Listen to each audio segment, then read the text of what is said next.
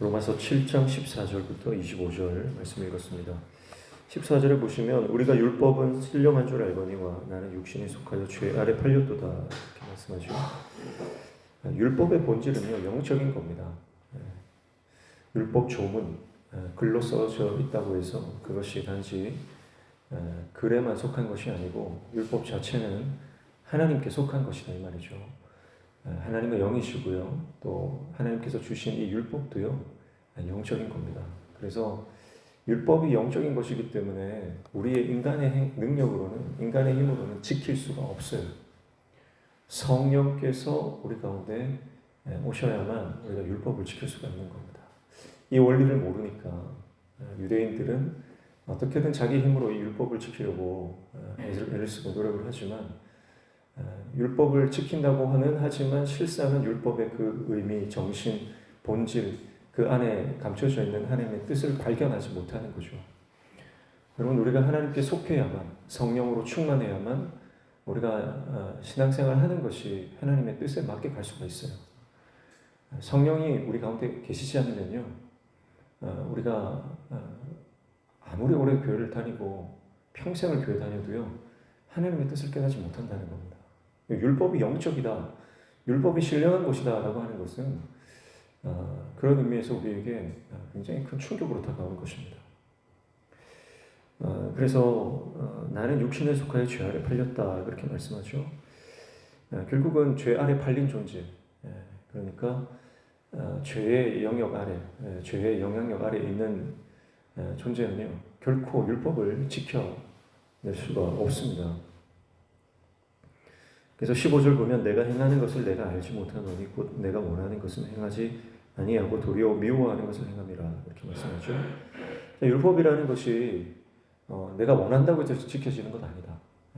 결심한다고 지켜지는 건 아닙니다. 내가 이제부터 내가 똑바로 살아야지. 하나님 뜻대로 살아야지. 한번 해보자. 그렇게 하고 결단하고 결심한다고 내가 하나님 뜻대로 살아지느냐? 절대 그렇지 않다는 겁니다. 출발이 잘못된 거예요.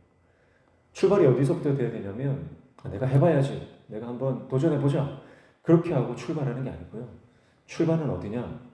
나의 한계를 인정하는 것. 그게 출발입니다. 나는 안 됩니다. 나는 할 수 없습니다. 그래서 은혜가 필요합니다. 성령님 나에게 오셔서 성령님 나를 다스려 주십시오. 회개하고 하나님 바라보고 철저히 내가 완전히 하나님 앞에 엎드려지는 거예요. 그게 여러분 은혜를 받는 비결이고 그리고 성령께서 우리 가운데 오셔서 하나님의 법을 마음으로만 원하는 상태가 아니라 정말 내가 하나님께서 능력 주시는 그 상태가 되는 거죠. 그래서 16절 보시면 만일 내가 원하지 아니하는 그것을 행하면 내가 이로써 율법이 선한 것을 시인하노니 17절 이제는 그것을 행하는 자가 내가 아니요 내 속에 거하는 죄다 그렇게 말씀하죠. 그래서 문제는요 율법에 있는 게 아닙니다. 율법에 문제가 있는 게 아니고 하나님한테 문제가 있는 게 아니에요. 문제는 나한테 있는 거예요. 내 안에 뭐가 있기 때문에 그렇다는 거죠? 내 안에 죄가 있기 때문에 그렇다. 이 죄의 문제를 해결하지 않고서는 도무지 우리가 하나님의 뜻을 발견할 수도 없고 행할 수도 없다. 그래서 18절 19절 같이 보시면 내 속 곧 내 육신에 선한 것을 거하지 아니하는 줄을 아노니 원함은 내게 있으나 선을 행하는 것은 없노라. 내가 원하는 바 선은 행하지 아니하고 도리어 원하지 아니하는 바 악을 행한다. 그래서 내 안에 원함은 있다 하더라도요 능력은 없다는 거예요. 선을 행하는 것은 없다 했는데 선을 행하는 능력이 없다 이 말이죠. 그래서 내 안에는 선을 행할 수 있는 능력이 전혀 없습니다. 오히려 내가 정말 율법대로 살아야지, 하나님 뜻대로 살아야지 하지만 오히려 정반대로 사는 거죠. 오히려 하나님께서 미워하시는 것, 내가 원하지 않는 것을 행하고 있는 나의 모습을 보게 된다는 것입니다.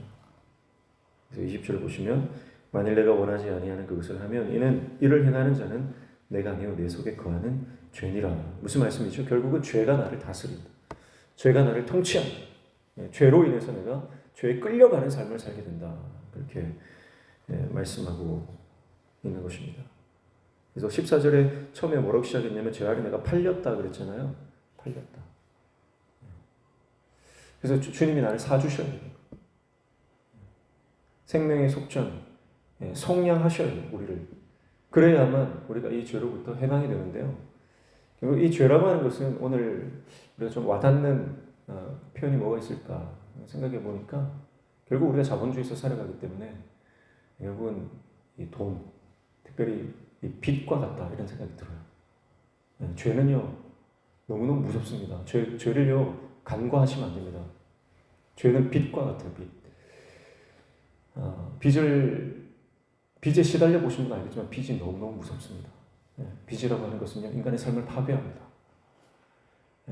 매달 이 돈을 갚아야 되는데 갚을 능력이 없으면 얼마나 여러분 일상이 다 파괴되는 거예요. 밥을 먹어도 이게 밥이 코로 들어가는지 입으로 들어가는지 모르는 겁니다. 그 빚에 시달렸던 어떤 그 권사님 전에 한 간증을 그 삶의 스토리를 쭉 들어본 적이 있어요. 남편이 사업을 하다 망해가지고요. 남편은 늘 지방으로 도망을 다닌 거예요. 5 식구가 사는데 남편이 없으니까 그리고 집안의 모든 것들이 다 차압을 당하고 그래서 라면 하나를 끓여가지고 엄마랑 아들이랑 두 딸이 4식구가 그 라면 하나 딱 끓여가지고 그 4명이서 나눠 먹었대요. 매일 그렇게 살았대요. 매일같이 집에 사람들이 찾아와서 문을 두드리고 집안에 들어서 행패를 부리고 사는 게 아니었다. 지옥 그 자체였다. 그런 말을 하는 것을 들었어요. 생각해 보십시오. 빚독촉에 시달리는 그 인생이 얼마나 힘든가. 요즘 빚독촉 하는 사람들, 그 사람들 거의 뭐 악마 아닙니까? 돈을 받아내려고 오만 짓을 다 하는 거죠. 그래서 빚에 시달리는 그 모습들이 어쩌면 우리 이 죄의 노예가 되어서 죄에 팔려서 벗어나지 못하는 그런 모습과 같다. 근데 나는 해결할 능력이 없는 거예요. 그런데 이것을 해결하시는 분이 바로 예수 그리스도십니다. 그래서 예수님께서 이 빚의 문제, 죄의 문제를 단번에 해결해 주시는 거예요. 단번에.